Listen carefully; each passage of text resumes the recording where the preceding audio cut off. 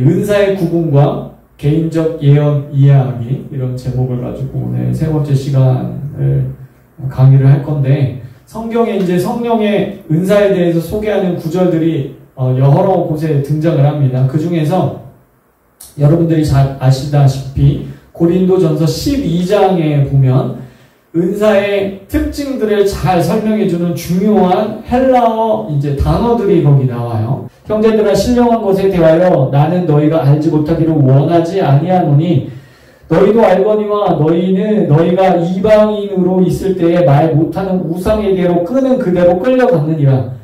그러므로 내가 너희들에게 알리노니 하나님의 영으로 말하는 자는 누구든지 예수를 저주할 자라 하지 아니하고 또 성령으로 아니하고는 누구든지 예수를 주라 시인할 수 없느니라. 구원론에 대해서 얘기를 합니다. 그러면서 은사로 넘어가요. 왜냐하면 성령으로 말미암아 구원받고 성령으로 말미암아 은사를 받기 때문에.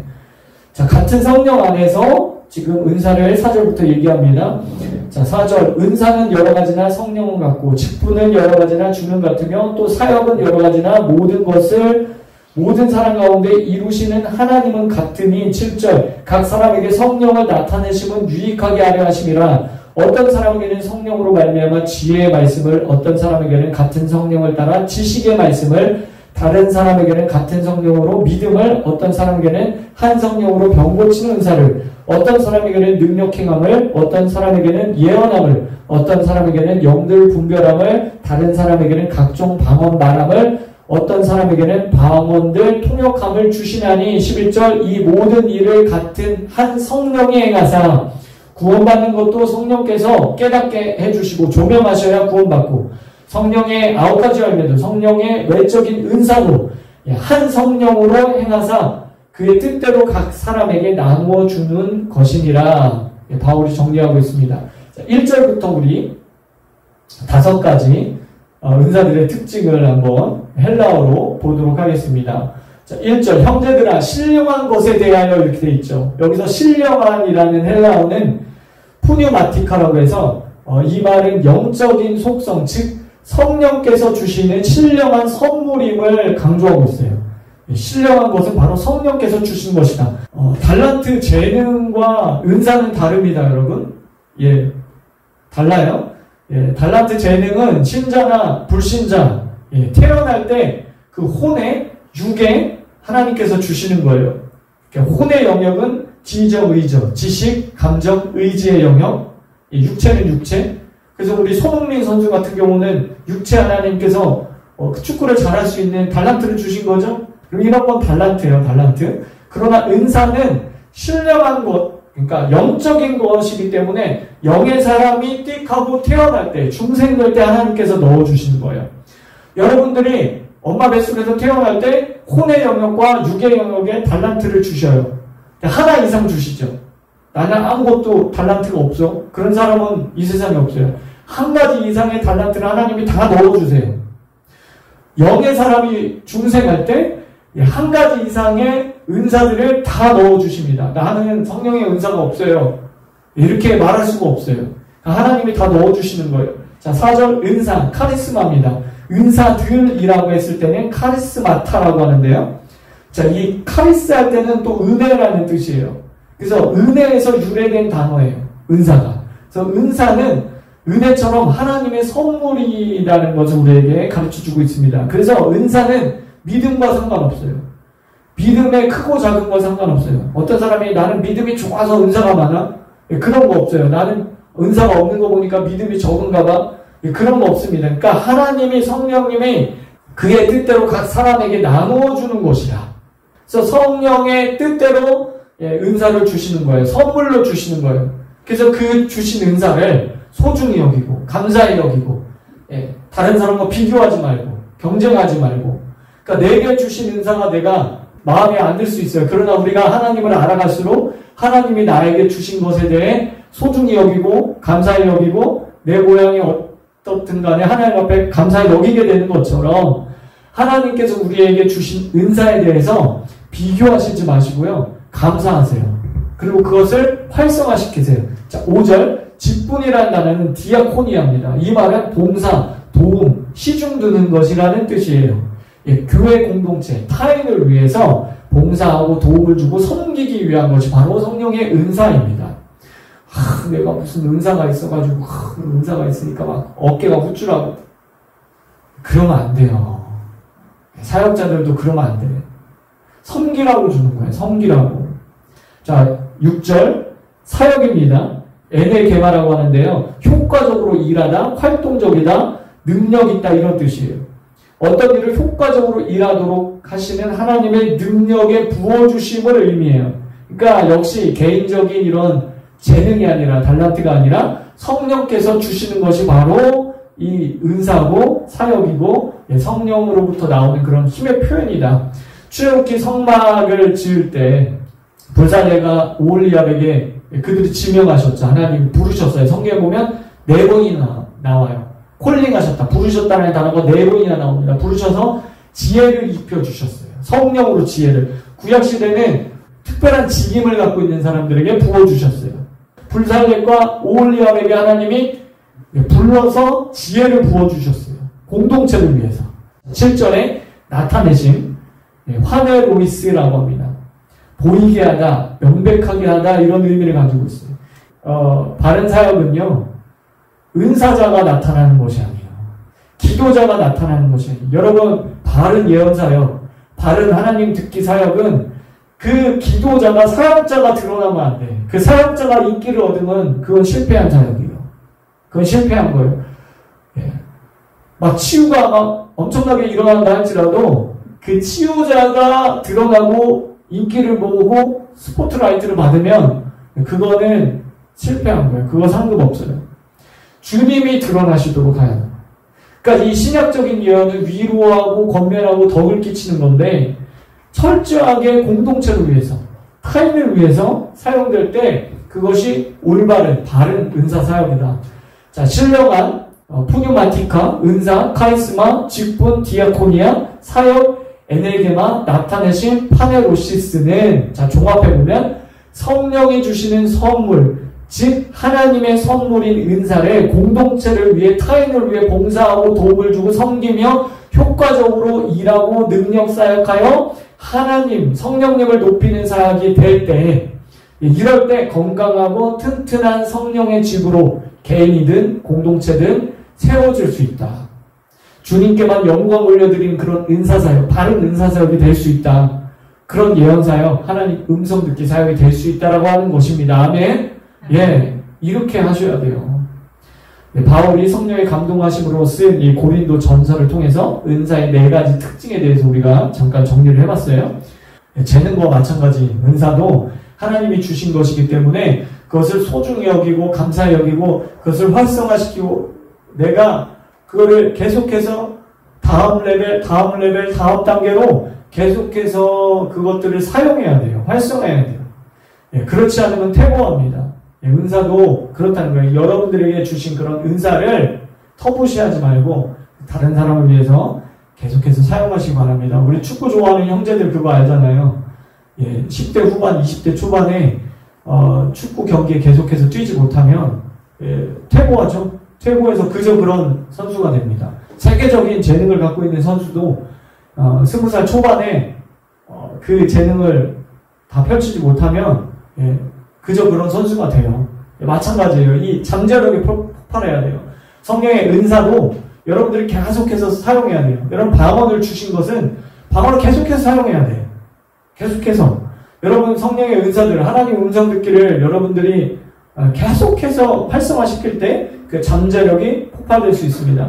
자, 성령의 은사는 4가지로 분류할 수 있는데 언어의 은사, 계시적 은사, 표적의 은사, 사역적 은사입니다.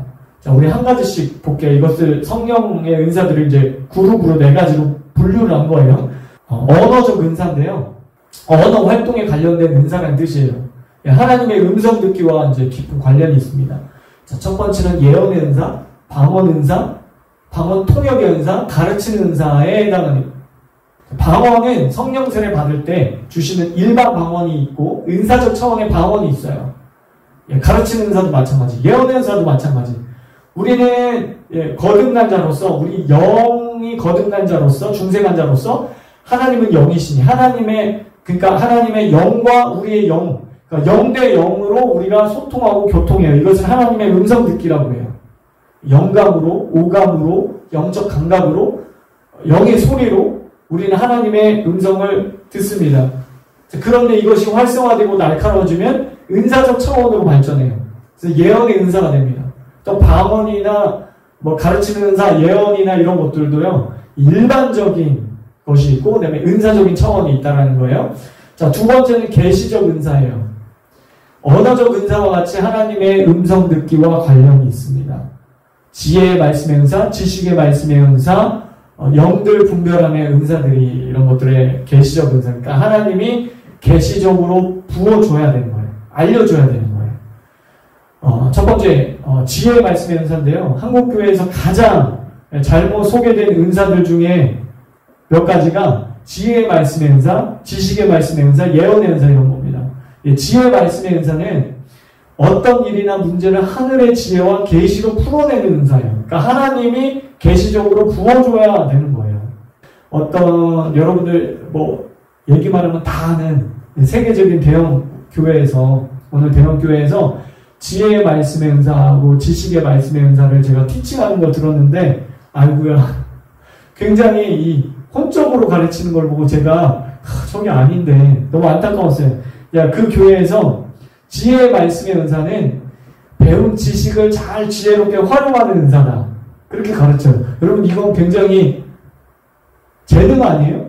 여러분, 여러분 혼의 영역에서도 얼마든지 여러분 불신자도 자기가 배운 지식들을요 지혜롭게, 여러분 불신자도 지혜로운 사람들이 있어요. 말에 지혜롭거나 행동에 지혜로운 사람이 있어요. 근데 그렇게 가르치더라고, 그 대형교회에서.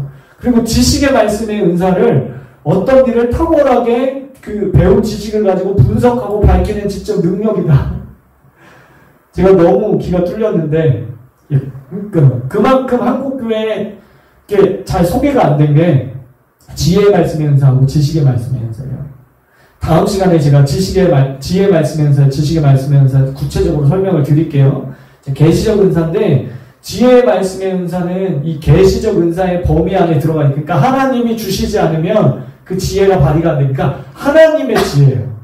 인간이 이렇게 뭐 어떤 습득한 지식을 가지고 지혜롭게 그것들을 발휘하는 그런 지혜가 아니고요. 우리가 소위 알고 있는 지혜가 아니고 하나님이 부어주시는 지혜예요. 하늘의 지혜를 말하는 거고요. 지식의 말씀의 은사도 역시 계시적 은사에 포함이 돼요. 그러니까 인간의 노력이나 분석으로 얻을 수 없는 거고, 초자연적인 지식, 인포메이션을 받은 거예요. 제가 어렸을 때, 제가 중학교 때 저희 집이 이제 연탄 보일러를 이렇게 뺐거든요. 연탄 보일러 알아요, 여러분? 연탄 보일러. 그래서 보일러, 연탄, 이렇게 부모님이 이제 늦게 오시면 초등학교 2학년, 3학년 때 제가 콜록거리면서 연탄 집게로 연탄 이렇게, 그 연탄 불 꺼트리면요, 밤새 오들오들 떨어야 돼요. 지금 그 추억이 있어요. 연탄불에 오징어 구워 먹고 얼마나 맛있는데. 김 이렇게 막 구워 먹고. 그런 추억들이 있었어요, 우리는. 근데 연탄 보일러였는데, 이게 그 관이 이렇게 바닥에 매설되어 있잖아요. 근데 관이 터진 거야. 보일러가 겨울에 터졌어. 큰일 났어. 근데 이게 다 공사를, 이게 그 옛날에는 이런, 이렇게 감지하는 센서 이런 게 어디가 터졌는지, 요즘은 장비가 발달해서 그런 센서 같은 게 있는데 예전엔 그런 게 없었잖아요. 그러니까 이거는 복불복인 거야. 어디가 터졌는지 다 드러내야 되는 거야. 저희 어머니가 늘 새벽 기도 가시는 분인데, 늘 아침 저녁으로 기도하시는 분인데, 기도를 2, 3일 동안 기도를 하시고요. 하나님 지식의 말씀의 은사를 주셨어요. 지식을 주셨어요. 그래가지고 싱크대 안에다 거기를 파야 된다. 그냥 너무 확신에 차서 거기를 파야 된다. 그래서 사람 불러서 거기를 팠는데 거의 한 번에 그게 나온 거예요. 그러니까 제가 어렸을 때 그런 기억이 있거든요. 그러니까 나중에 제가 성인이 되고서 보니까 그게 지식의 말씀이더라고요. 그러니까 초자연적인 인포메이션을 주는 거죠. 조혜기 목사님도 이 지식의 말씀의 은사와 믿음의 은사를 가지고 병고침 사역을 주로 하셨어요. 목사님이 나는 병고침의 은사가 아니라 지식의 말씀의 은사와 믿음의 은사로 사람들을 고쳤다, 그렇게 이제 말씀하셨었거든요. 뭐냐면 목사님 설교하다가 중간에 어떤 지식이 와, 누가 뇌에 문제가 있습니다. 그러면 그것을 지식의 말씀으로 선포하는 거예요. 근데 거기에는 믿음이 필요하죠. 이게 틀리면 어떡하지? 근데 믿음의 은사를 발휘해서 믿음으로 선포했을 때 그게 역사가 나타나는 거죠. 그래서 조영기 목사님이 1990년도 미국 시애틀의 한 교회에서 설교하시다가 이 지혜의 말씀에, 지식의 말씀에 은사가 왔어요. 예언의 은사가 온 거죠. 계시의 은사가 왔어요. 그래서 설교 중간에 하나님이 펜사콜라의 부흥을 주실 것이다 선포를 했어요. 사람들이 막 박수를 치고 막 환호를 했어요. 그리고 정확히 5년 뒤에 1995년도에 펜사콜라의 브라운스필 순복음교회에 부흥이 일어납니다. 부흥이 일어나요.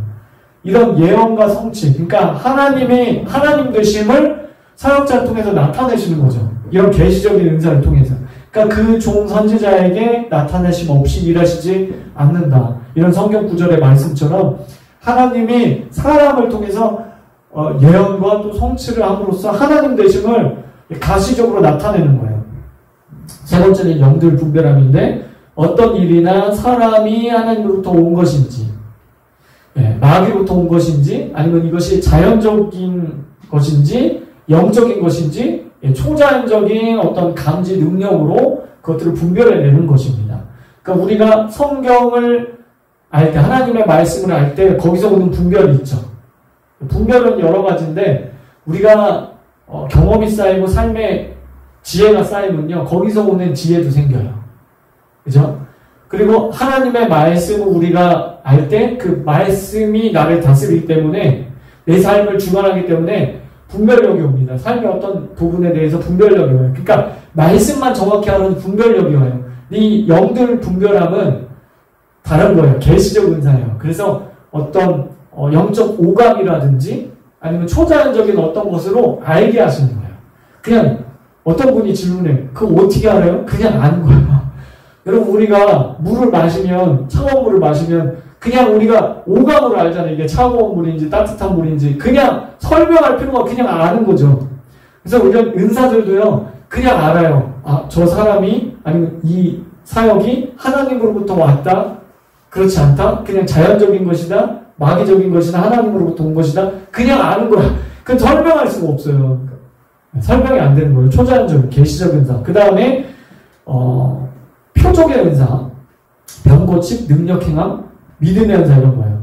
믿음도 구원받기 위한 일반적인 믿음이 있고요. 그 다음에 은사적인 믿음이 또 따로 있습니다. 그러니까 우리에게 주신 무기인 거죠. 은사가. 무기라고 하면 이게 믿음의 무기를 하나님께서 주신 거예요.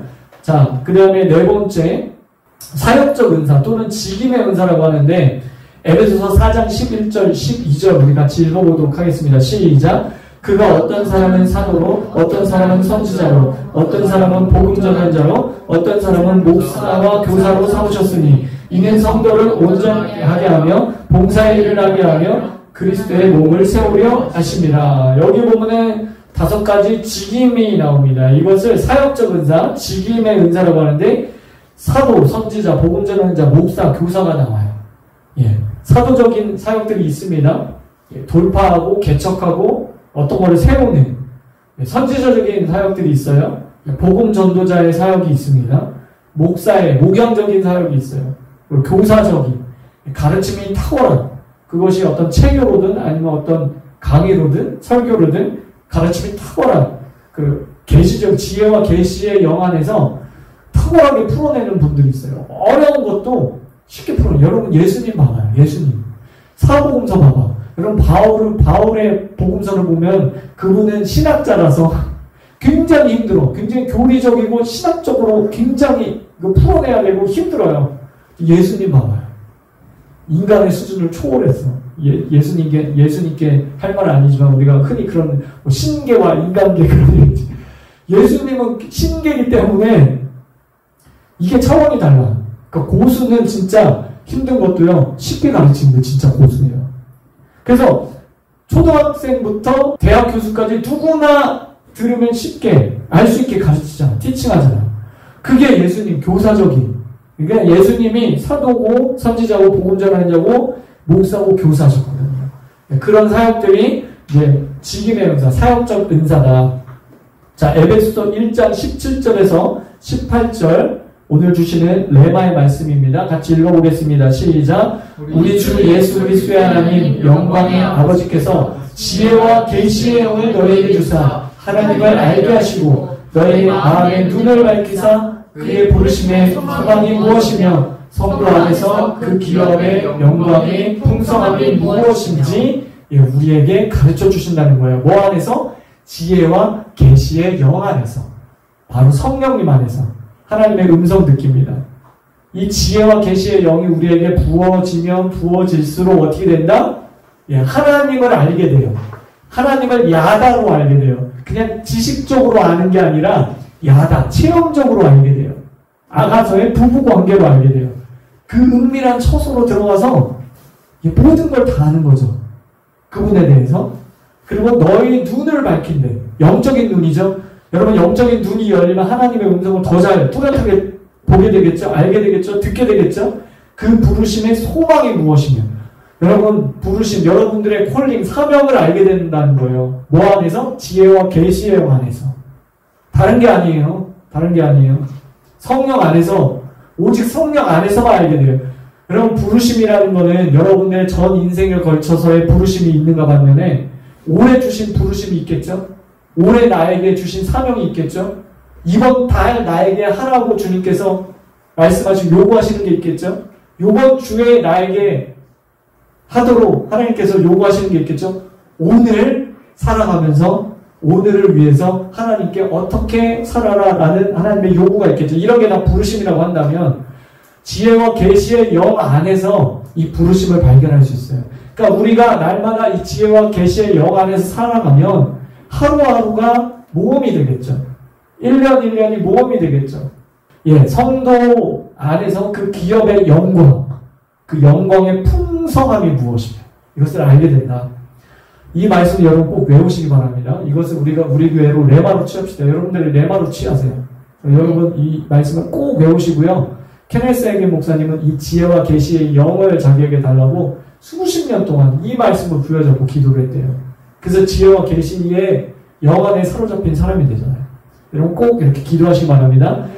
거듭난 모든 그리스도인들은 지혜와 계시의 영 안에 성령님 안에서 하나님을 알게 되고 하나님의 음성을 들을 수 있습니다. 따라해보겠습니다. 나는 하나님의 음성을 들을 수 있습니다.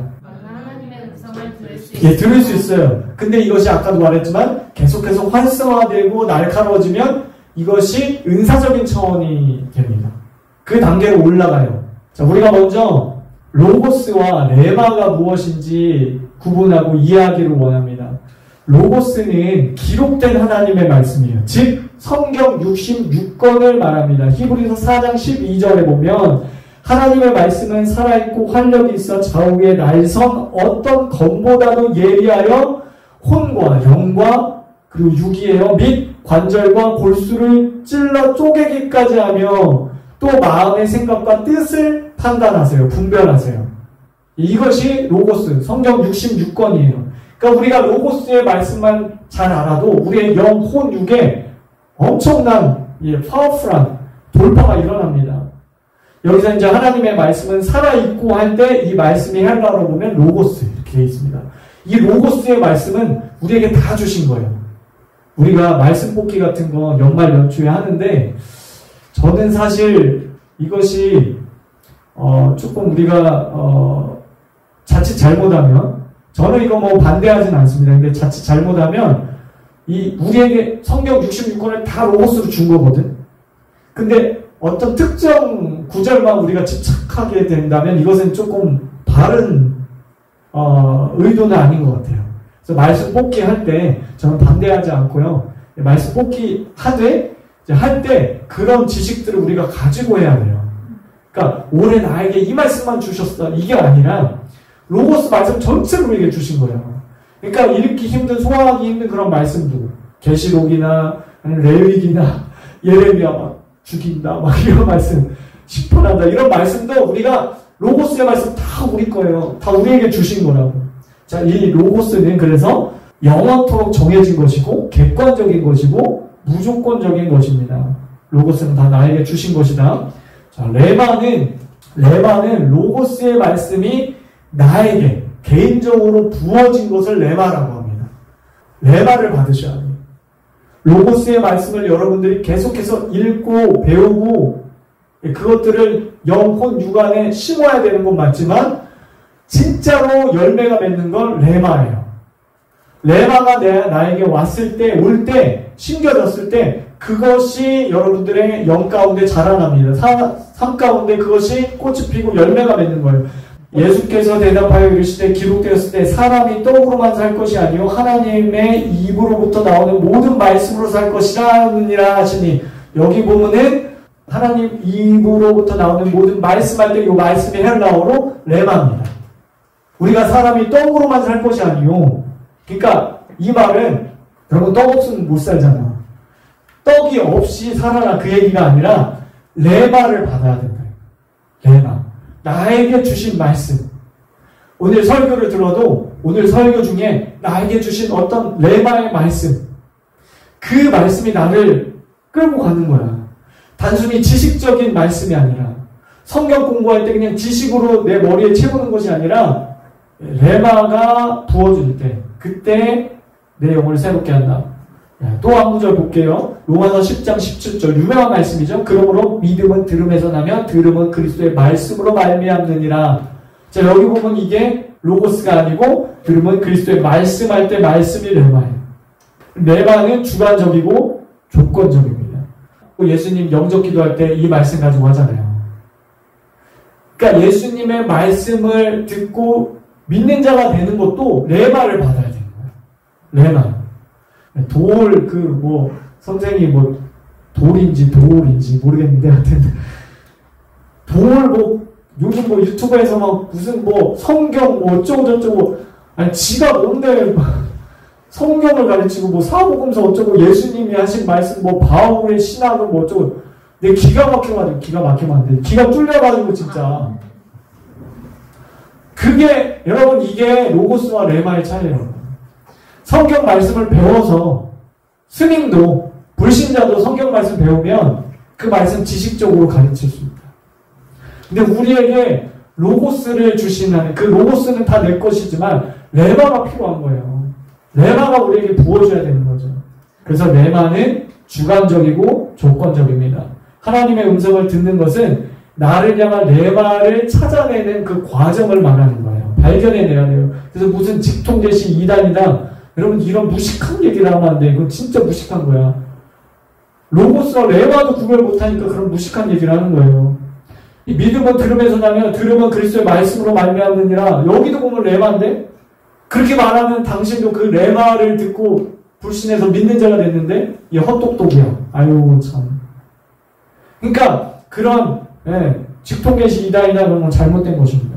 누구든지 레마를 듣지 못하면 주님을 영접할 수도 없고 믿을 수도 없고 하나님의 자녀가 될 수도 없어요. 즉 불신자도 하나님의 레마의 음성을 듣고 믿는 자가 됐어요. 불신자도 하나님의 음성을 들을 수 있어요. 그럼 저와 여러분 당연히 들을 수 있죠. 우리 속사람이 중생됐는데 우리 영의 사람이 새로운 새 창조물로 태어났는데 하나님 우리의 영과 교통하시고 말씀을 걸어오신다. 성경을 가지고 신학과 교리를 보면 안 돼요. 여러분 왜 이런 현상이 일어나냐면 잘못된 가르침, 그러니까 은사 중지론, 잘못된 가르침. 여러분 칼빈과 루터가 제가 참 어떤 부분은 존경하고 그분들 책도 읽고 설교에서 인용도 하고 그럽니다. 그런데 칼빈과 루터가요 다 막 100% 맞는 게 아니죠. 그분들의 가르침이 다 100% 맞아요? 아니잖아요. 칼빈과 루터의 신학을 가지고 웨슬리도 마찬가지. 그 어떤 신학자의 신학을 가지고 성경을 보면 안 되고 성경을 가지고 신학자들의 신학과 교리를 봐야 되는데 그냥 신학교가 가지고 그거에 세뇌당해가지고요. 그 자기가 배운 신학과 교리를 가지고 성경을 본다고. 그러니까 빨간색 안경을 끼고요. 성경을 보니까 온통 빨간색으로 보여. 파란색 안경을 끼면 파란색으로 보여. 거기에 속는 거야. 자기도 다 속는 거야. 자기가 가지고 있는 그 관점을 가지고 세계관을 가지고 신학관을 가지고 성경을 보니까 이 말씀도 다 그렇게 해석하고 저렇게 해석하고. 그런데요 여러분 칼빈이 루터가 그냥 하나님이 되면 안 돼요.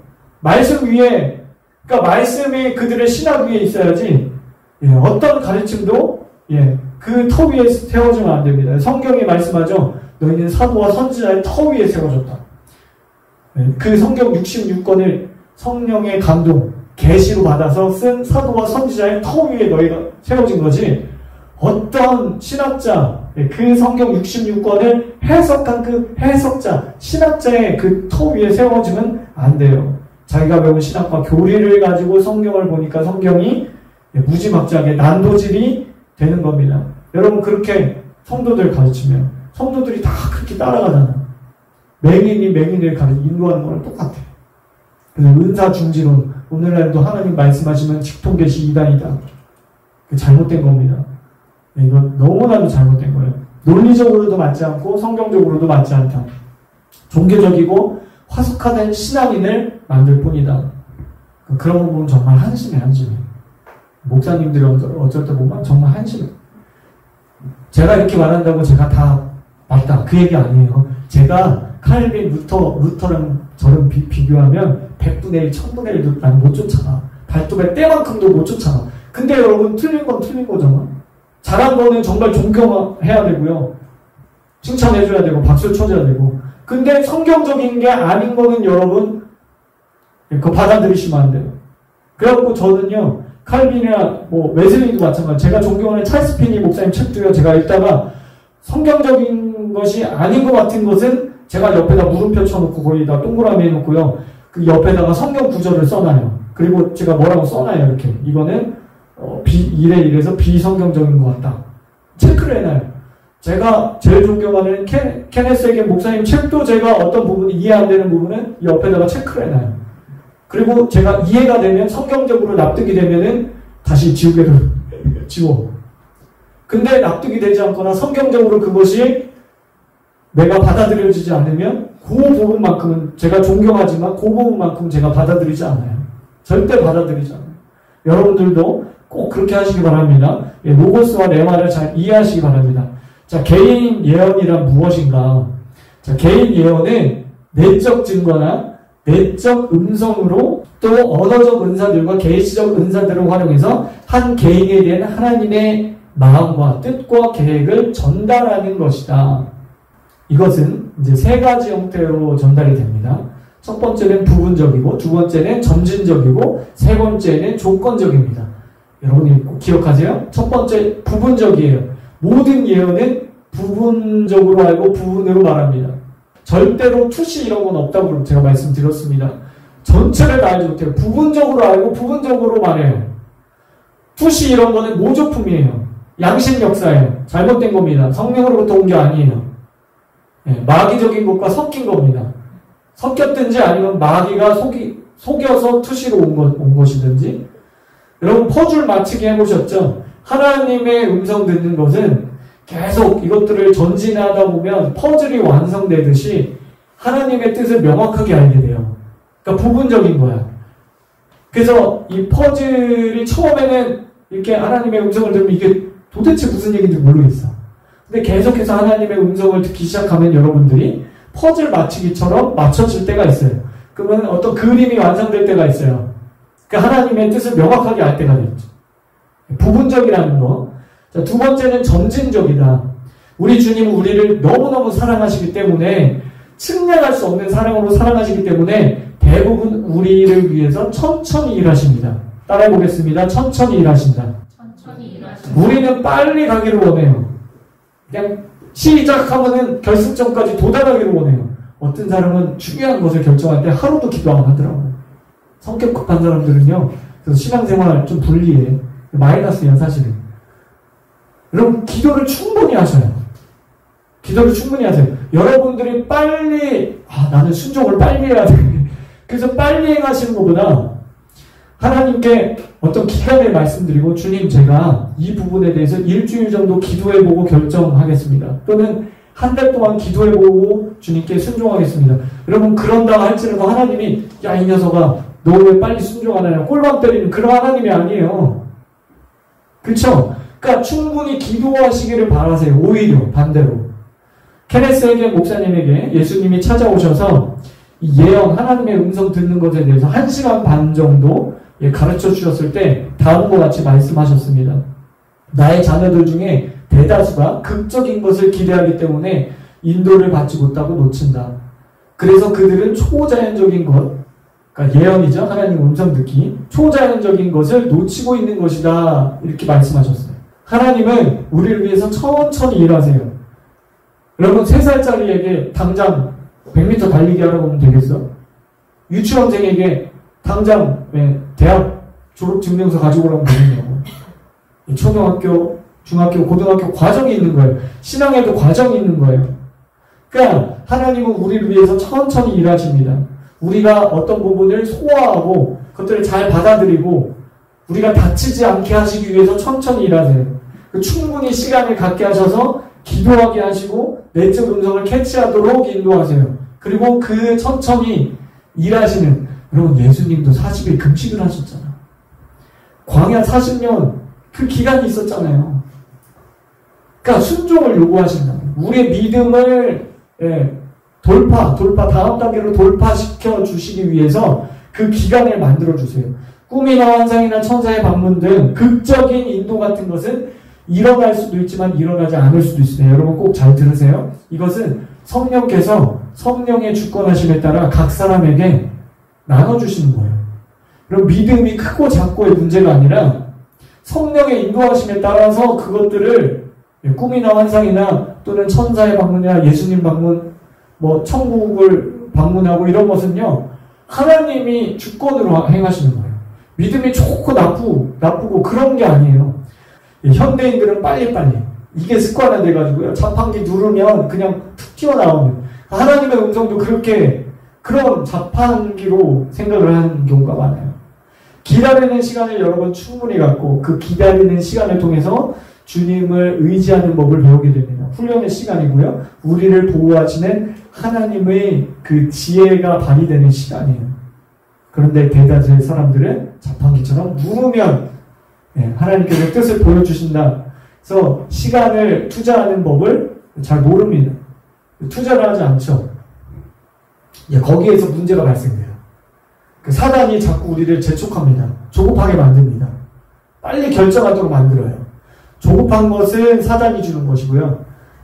천천히 일하게 하는 것은 하나님께서 하시는 것입니다. 그래서 여러분들이 어떤 소명과 사명을 받았을 때 그것을 천천히 하나님께 묻고 다음 스텝 한 스텝 걸어간다고 해서 하나님이 그것을 불순종이라고 말씀하시지 않습니다. 그 모든 과정 속에서 순종을 위해서 지금 기도하고 있구나라는 것으로 순종으로 하나님께서 여기신다.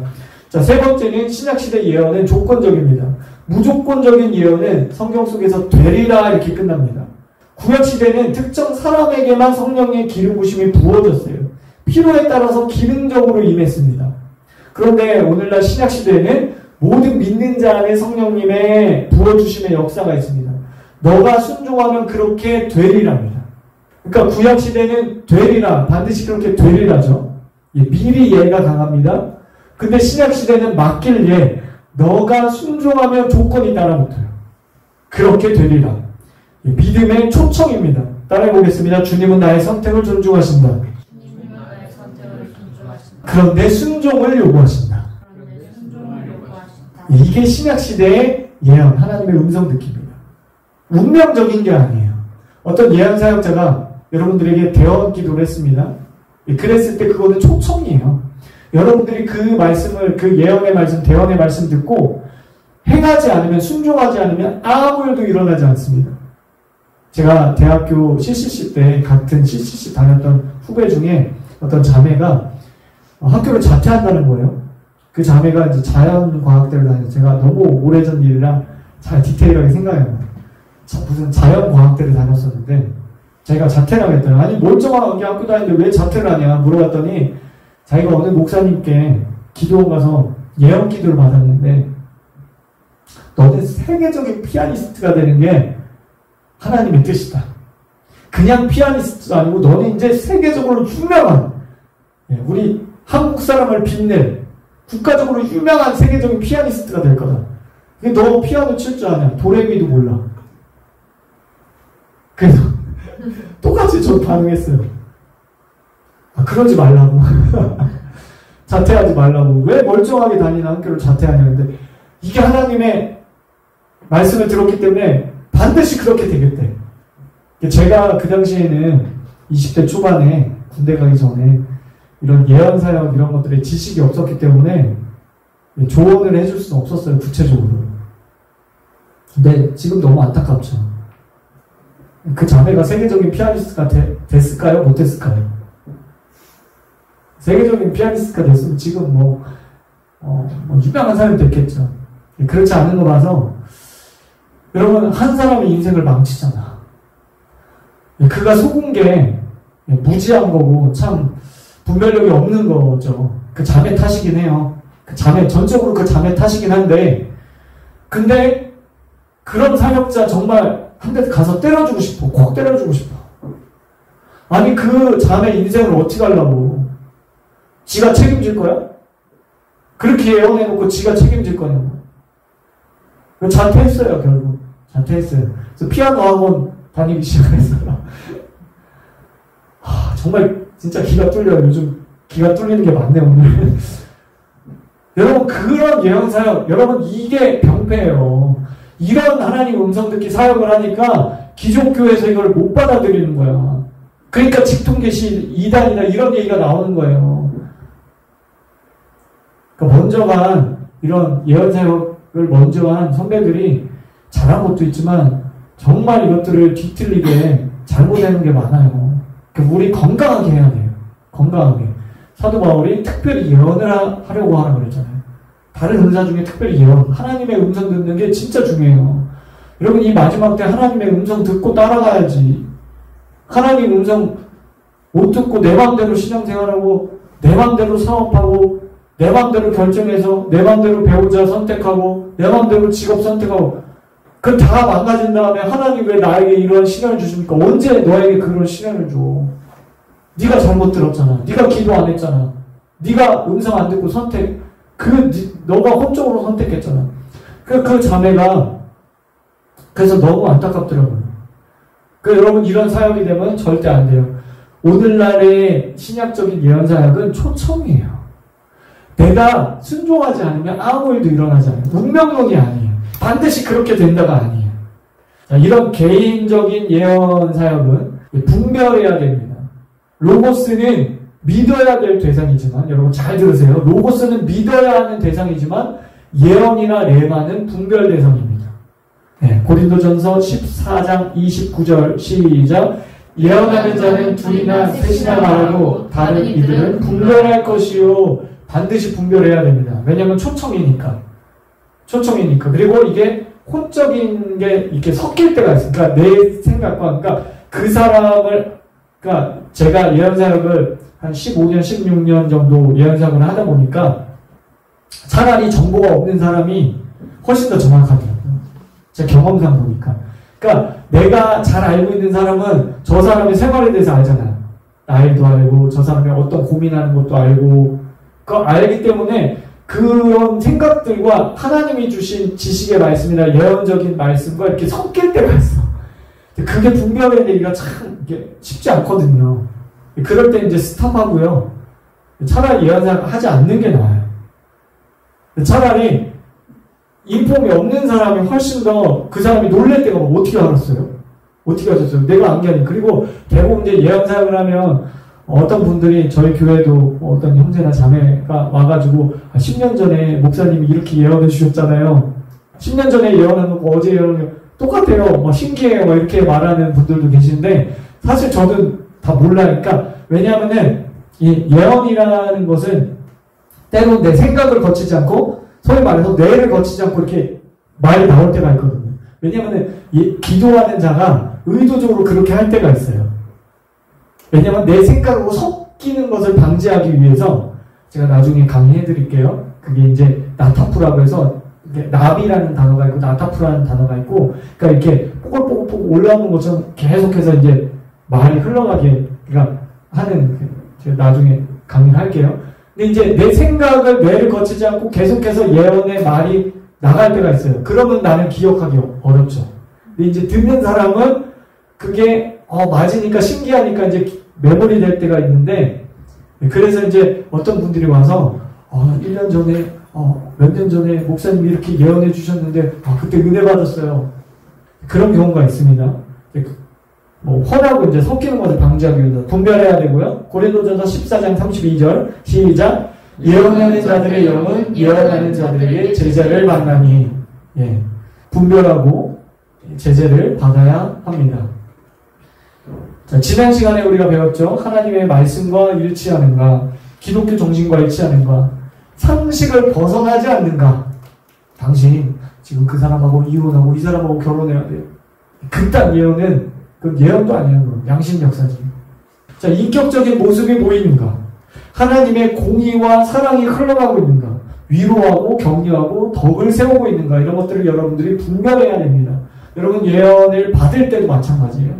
계시적 은사가 여러분들에게 부어지면 이런 것들로 분별해내야 합니다. 그리고 교정해야 됩니다. 날카롭게 해야 됩니다. 자, 하나님의 음성 듣기에 주의할 점들이 있어요. 몇 가지만 살펴보면 첫 번째, 기록된 하나님의 말씀, 로고스를 대체해서는 안 됩니다. 릭 조이너 목사님 그랬죠. 개인이 받은 예언이나 꿈을 절대로 교리화해서는 안 된다. 정확한 말씀이에요. 너무나도 중요한 말씀입니다. 그런데 이것에 많은 사람들이 아까 그 자매에 이게 분별력이 없으니까는 그냥 그 예언의 말씀 듣고 튀겨잖아요. 여러분 그렇게 되면요, 그 자매가 나중에 누구 원망하겠어? 반드시 하나님 원망해요. 하나님 나에게 이런 말씀 하셨는데 내 인생이 이게 뭡니까? 하나님 원망한다. 그리고 하나님께 상처를 받아요. 여러분 하나님께 상처를 받아서 교회 떠나고 신앙 포기한 사람 주변에 있어요, 없어요? 극소수지만 있어요. 여러분 구원관에도 문제가 생겨요. 이거 너무너무 이거 중요한 거예요. 네. 두 번째, 개인적인 기도 생활을 대체해서는 안 됩니다. 성막 안에 기도를 상징하는 분향단이 365일 24시간 계속 향으로 올라갔어요.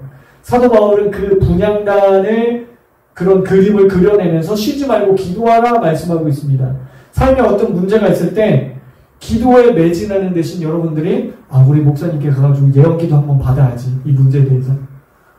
그게 안 된다. 그런 게 안 된다고. 그건 순수하지 못한 거야. 우리가 기도를 받다 보면 하나님이 내가 평상시에 이 문제를 가지고 기도하던 그것들을 예언사역자가 띡 말하면 그것이 확증 받을 때가 있어요. 그런 건 괜찮아. 그런데 나는 그냥 방언 통변 은사 있는 사람한테 가가지고 이 문제에 대해서 내가 그냥 받아야지. 자긴 기도 안 해. 자긴 기도에 매진 안 해. 때론 금식 기도가 필요하고 때로는 이 작정 기도가 필요함에도 불구하고 그렇게 한단 말이에요. 그렇게 하니까 그 기도자에게 조종당하는 거야. 컨트롤 당하고. 그 사람이 막 대단한 것처럼 보이고 하나님처럼 보이고. 그러면 안 돼요. 또 다른 종교의 영입니다. 미혹입니다. 세 번째, 나의 바램을 확인하는 수단이 돼서는 안 됩니다. 역시 순수하지 않습니다. 때론 우리의 바램이나 간절한 그런 요구가 기도 제목 안에 욕심과 탐심이 들어가면요, 죄가 되죠. 마치 제사장 아론이 제사장입니다. 근데 금송아지 만들어내죠. 제사장인데 금송아지 만들어내요. 여러분 그게 말해주는 게 뭐예요? 우리도 그렇게 될 수 있어요. 우리 안에 욕심과 탐심이 들어가면 우리의 삶에 금송아지를 만들어내놓고 그 금송아지가 하나님 인도함 받았다, 하나님의 음성이다, 그렇게 말하는 거예요. 그게 하나님이다. 금송아지인데 자기만 못 봐. 주변 사람은 다 금송아지인 것 같아. 다 알아. 근데 자기만 못 봐요. 왜 못 볼까요? 욕심 때문에. 자기 안에 있는 탐심 때문에 그래요. 개인적인 이 예언들은요, 물론 내가 받은 하나님의 뜻을 확증하는 역할도 합니다. 그러나 그것을 내가 듣고 싶은 채널로만 끼워 맞추기 식으로만 들으면 오히려 독이 된다. 자, 네 번째, 새로운 방향에 대해서 열린 마음을 가지십시오. 하나님께서 생각하지 못하는 부분을 말씀하신다 할지라도 내가 순종하겠습니다 라는 열린 마음을 가지시길 바랍니다. 그리고 급하게 달려가지 말고요, 기도하고 분별하고 확증하고 로고스의 말씀을 가지고 기록된 말씀을 가지고 확증하면서 천천히 걸어가야 됩니다. 자, 우리가 성경에 나오는 예언적인 것들, 상징들을 좀 보기를 원하는데요, 이 시점들을 좀 이해할 필요가 있습니다. 여러분들이 예언 기도나 꿈이나 환상을 봤을 때 그 시점들을 이해하고 상징들을 이해하는 게 중요하겠죠? 이 예언적인 어떤 성경의 원칙들이 있지만 반드시 그렇지 않을 수도 있습니다. 반드시 그런 건 아닙니다. 자, 성경에 보면 곧이라는 단어가 나와요. 이거는요, 하루에서 3년이에요. 하나님의 시간 개념이 좀 다르죠? 매우 속히는 1년에서 10년 정도. 지금, 오늘 내가 행하리라 이거는 1년에서 40년 정도. 속히라는 단어는 하루에서 2000년 이상. 내가 속히 오리라. 아직도 안 오셨어. 2000년 지났는데 아직도 안 오셨어. 그러니까 하루가 1000년 같고 1000년이 하루 같은 주님의 이 시간 개념을 우리가 알아야 돼요. 그것들을 알 때 우리가 인내할 수 있습니다. 왜냐면 가까운 장래에는 시간 제한이 없어요. 무한대요. 그리고 호연이 갑자기 이런 거는 점진적으로 그렇게 하겠다는 의미예요. 치유도 순간에 일어나는 치유가 있는가 반면에 점진적인 치유가 있습니다. 일주일 간격으로 조금씩 치유되는 게 있어요. 우리의 믿음을 우리의 순종을 요구하시는 거죠. 내가 하리라, I will 이런 거는 너가 순종하면 내가 하리라는 의미예요. 운명론이 아닙니다. 여러분 운명론은 불교, 유교에서 온 거예요. 그런 말 사용하시면 안 됩니다. 예. 운이 좋았어 이런 말도 사실은 잘못된 말이고요. 명복을 빕니다 이런 거 다 불교 용어예요. 그런 거 사용하시면 안 돼요. 운명론이 아니고 내가 하리라는 너가 순종하면 내가 하리라예요. 반드시 순종. 자, 그 다음에 성경에 나오는 예언적인 상징들을 우리가 이해하기를 원하는데 첫 번째 색깔에 대해서 색깔이 상징하는 게 있어요. 여러분들이 기도할 때 어떤 장면들이 보이거나 영상들이 지나갈 때가 있죠. 그때 색으로 말씀하실 때가 있어요. 이런 것들을 알아두면 좋아요. 그런데 이제 반드시 그렇다는 거 아니에요. 객관적인 거긴 하지만 자, 백색은 순결, 성결, 거룩, 승리, 평화 이런 겁니다. 예, 말씀을 다 제가 다뤄놨어요. 자, 흑색은 죄, 사망, 슬픔, 기근. 회색은 슬픔, 비애, 비탄, 죽음입니다. 적색은 전쟁, 사단을 의미합니다. 청황색은 사망, 전사, 기근을 의미하고요. 자주색은 왕, 고관, 권위, 존귀, 그리고 사치, 부여를 의미합니다. 벽색이라고 푸른색이라고 하는데 은혜, 거룩, 영광을 상징해요. 진홍색은 도열, 공의, 심판, 왕족, 생명, 피, 전쟁, 죄. 황색, 공의, 신령함. 푸른색, 인내, 계시, 은혜. 검정색은 죄, 역경, 재난, 불행, 슬픔입니다. 청색은 신적 승리, 천상의 것, 거룩한 것, 신적인 것. 그래서 하나님의 그 영광의 빛은 푸른 빛깔 된다고 보통 얘기를 합니다. 남색은 하늘색, 그 하늘을 상징하는 거고 그리스도의 영광을 상징하는 것입니다.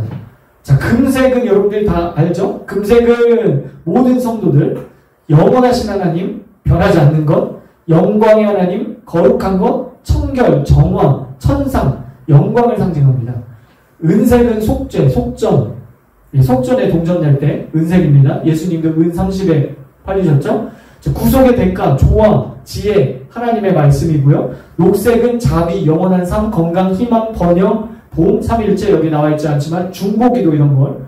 자, 오렌지색은 추수. 여러분 추수의 들판이 동그란색 오렌지색이잖아요. 추수, 치료, 찬양입니다. 노란색은 기쁨, 영적 계몽 이런 거를 이제 상징을 합니다. 나중에 여러분들 프레터에서 다 드릴까봐. 자, 그 다음에 사물이 상징하는 것이 있어요. 자, 아름다운 무늬를 넣어서 짠 직물, 이게 브로케이트라고 하죠. 저도 이때 찾아봤는데 이렇게 문양 내는 게 있어요. 왕들이 입는 옷을 상징하고요. 흰색은 세마포, 예수님의 정결, 성도의 순결과 구원. 예, 요한계시록에 이 세마포 입은 사람만 거룩한 예식에 참여하는 구원받은 사람들이었죠. 왕족과 사람들의 계급에 의한 옷. 천 등의 얇은 제도는 자유와 밝음, 주님의 존재 속에서의 우리의 즐거움. 예, 보석은 영속적인 것, 중요한 가치, 하나님의 성도들을 의미합니다. 번쩍이는 돌들은 하나님의 빛. 그러니까 다듬어지지 않는 돌들은 하나님을 상징해요. 느부갓네살 금신상에 다듬지 않는 돌이 와가지고 모든 나라를 때려 부시잖아요. 하나님의 나라를 상징합니다. 진주는 영속적인 것, 중요한 가격. 성경에 보면 진주 장사의 비유, 예수님 말씀하시죠. 종벨은요, 거룩한 성소 속에 있는 고위 성직자들의 운동, 찬양과 경배 속에서의 승리를 상징합니다. 양초, 등잔은 예수님을 상징하는데 인류에게 비추는 빛이신 예수님을 상징합니다. 십자가는 여러분 다 아는 것이니까 넘어가고요. 왕관은 승리, 영광, 생명, 정의, 상급. 어린 양도 넘어갈게요. 비둘기도. 자, 불꽃은 성령, 하나님의 능력을 상징을 합니다. 그 다음에 꽃들. 하나님의 사람들의 활짝 핀 풍성한 열매들, 샤론의 장미, 골짜기의 백합화 이런 것들, 열쇠들은 영적인 영역 위에 있는 영적인 권위와 돌파, 새로운 차원의 돌파와 승리를 의미합니다. 다윗의 열쇠를 너에게 주겠다. 성경에 나와 있습니다. 등불은 하나님의 지혜와 지식, 시편, 잠언, 전도서 나와 있죠. 하나님의 말씀. 다윗의 별은요 예수님을 상징하고요. 물론 다윗을 상징하고 승리와 부강함, 하나님의 백성들, 이스라엘 백성들을 상징합니다. 태양은 예수님, 정의의 아들을 상징합니다. 숫자에도 상징적인 게 있어요. 신학에서도요 수신학이라는 게 있어요. 일반 학문의 수비학이라고 하는데 이게 신학화되면은 수를 연구하는 신학이 있어요. 1은 유일하신 하나님, 시작, 최고, 근원, 창조, 첫 열매, 성부를 상징합니다. 2는 증인, 분할, 연합을 상징하고요. 3은 삼위일체, 부활, 하늘의 수, 완전함, 영혼육, 그리고 성령을 상징합니다. 4는 피조물, 흙, 불, 물, 공기에서 사를 상징하고 동서남북을 상징을 합니다. 5는 은혜, 행복, 기적. 6은 계시록에 그 수는 사람의 수니 666이다. 6은 사람의 수입니다. 그래서 성경 66권, 제가 이걸 몰랐을 때 왜 하필 성경을 66권이지? 77권 주시면 얼마나 은혜로워. 아니면 예수님 숫자 8 막 이렇게 왜 66이 사람의 수예요. 성경은 하나님의 말씀 66권은요 사람을 위한 거예요. 사람의 구원에 관한 메시지이기 때문에 66권을 주셨다고 저는 믿습니다. 사람은 6째 날 창조됐어요. 사람의 수, 그 세상, 죄, 불완전, 노동, 공간 이런 걸 상징합니다. 7은 완전수, 안식, 시간, 신성, 거룩, 절기, 성령의 임재. 8은 예수님의 숫자인데 새로운 시작. 난지 8일 만에 할례를 받죠. 할례는 새로운 신분이죠. 새로운 언약.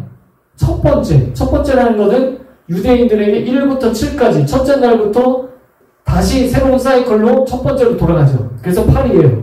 그 8복 새로운 시작입니다. 9는 종말, 최후, 심판, 성령의 내적 9가지 열매. 10은 충만한 질서의 완전, 책임, 율법, 증거, 십계명입니다. 그 다음에 좀 중요한 숫자들만 추렸어요. 12는 선택의 수입니다.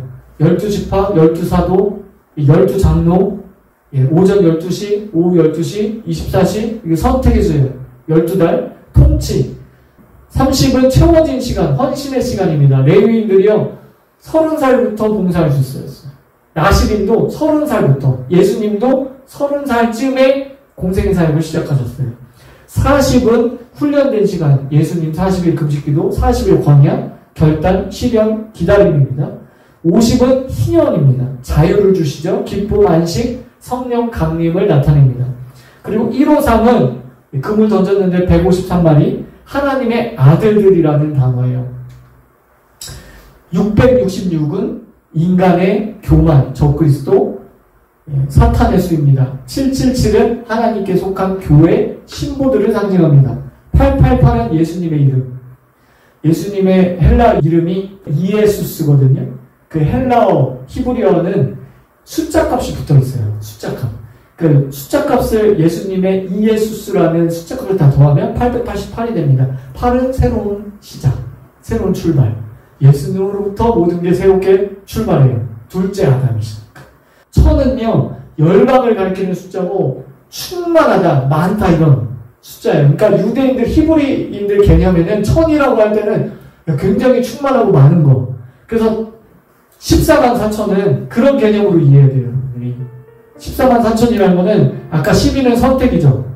선택. 그죠? 그리고 그 선택이 숫자가 많다.